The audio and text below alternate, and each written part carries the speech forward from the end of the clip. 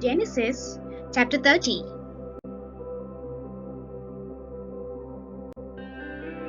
Now, when Rachel saw that she bore Jacob no children, Rachel envied her sister and said to Jacob, "Give me children, or else I die."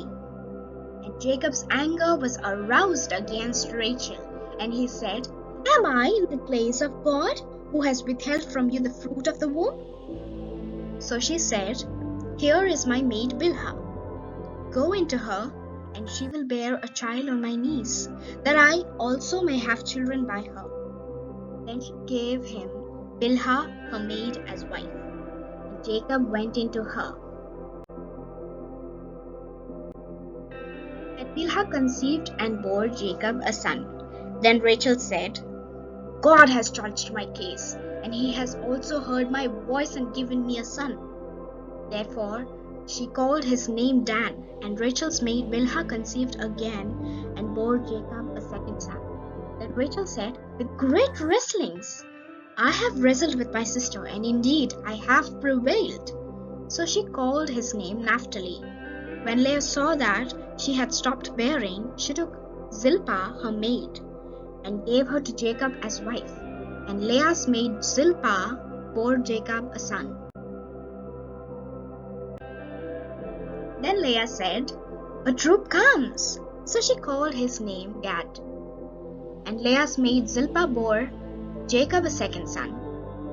Then Leah said, "I am happy, for the daughters will call me blessed." So she called his name Asher. Now Reuben went in the days of wheat harvest and found mandrakes in the field, and brought them to his mother Leah. Then Rachel said to Leah, "Please give me some of your son's mandrakes." But she said to her, "Is it a small matter that you have taken away my husband? Would you take away my son's mandrakes also?" And Rachel said, "Therefore he will lie with you tonight for your son's mandrakes." When Jacob came out of the field in the evening, Leah went out to meet him and said, "You must come in to me, for I have surely hired you with my son's mandrakes." And he lay with her that night. And God listened to Leah, and she conceived and bore Jacob a fifth son. Leah said, "God has given me my wages, because I have given my maid to my husband."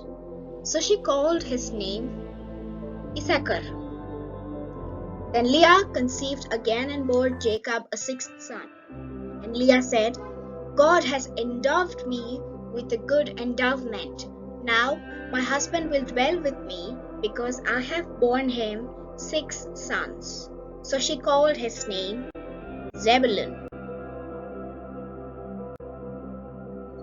Afterwards she bore a daughter and called her name Dinah. Then God remembered Rachel, and God listened to her and opened her womb. And she conceived and bore a son and said, "God has taken away my reproach." So she called his name Joseph and said, "The Lord shall add to me another son." And it came to pass, when Rachel had borne Joseph, that Jacob said to Laban, "Send me away, that I may go to my own place and to my country.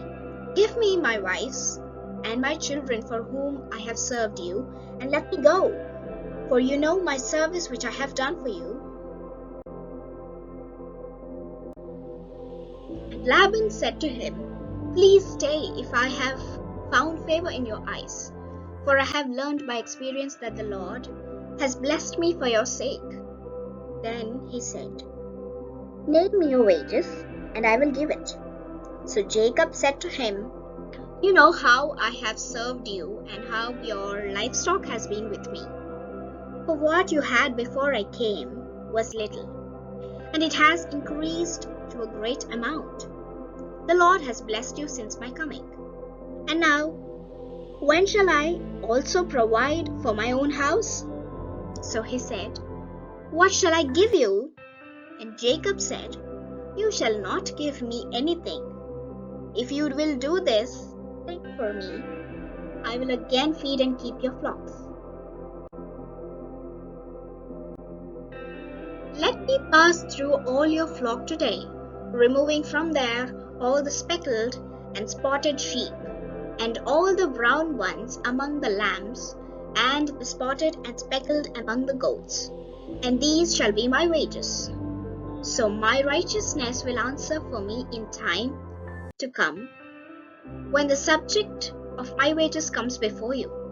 Everyone that is not speckled and spotted among the goats, and brown among the lambs, will be considered stolen if it is with me. And Laban said, Oh, that it were according to your word.